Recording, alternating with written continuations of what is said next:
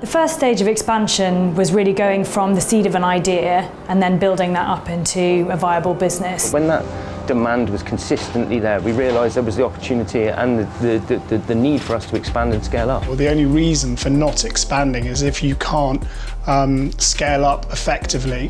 Things like distribution or your operating systems, those are all things that could trip you up, so you've got to make sure that you've got those in place. The makeup and requirements of the people you need in those early days are completely different to what you need to a company that's trying to scale. From our perspective, we know that we have something unique.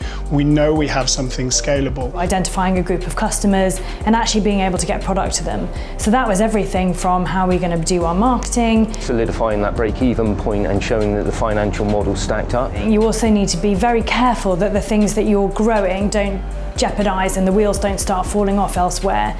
To remain focused and not be distracted, and also concentrate on excellence in execution. To recruiting the right people, accessing the right financing to take you to scale, and also not just recruiting correctly, but also bringing in those experts as well. A key thing to think about, especially when you're going international, but to be honest, even in your own market, is, I guess, build or buy. I think there's operational challenges like making sure that you've got the right resources and the infrastructure so that as you're adding complexity, the business can actually scale at the same time. The mistakes that were made by my predecessors was that they didn't localize. They had a winning formula in one market and then they went and just tried to replicate it.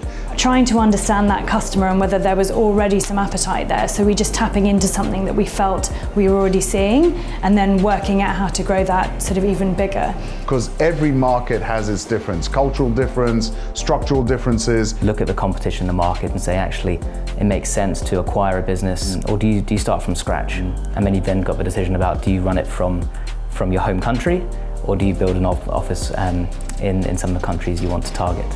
We turn to numerous people for help when it comes to expanding. It's always a case of wrapping experts around you who have that expertise in certain fields, whether it's logistics, marketing, sales, etc. We've been lucky enough to get some great help and support from the Barclays High Growth team, which has really helped us do what we do.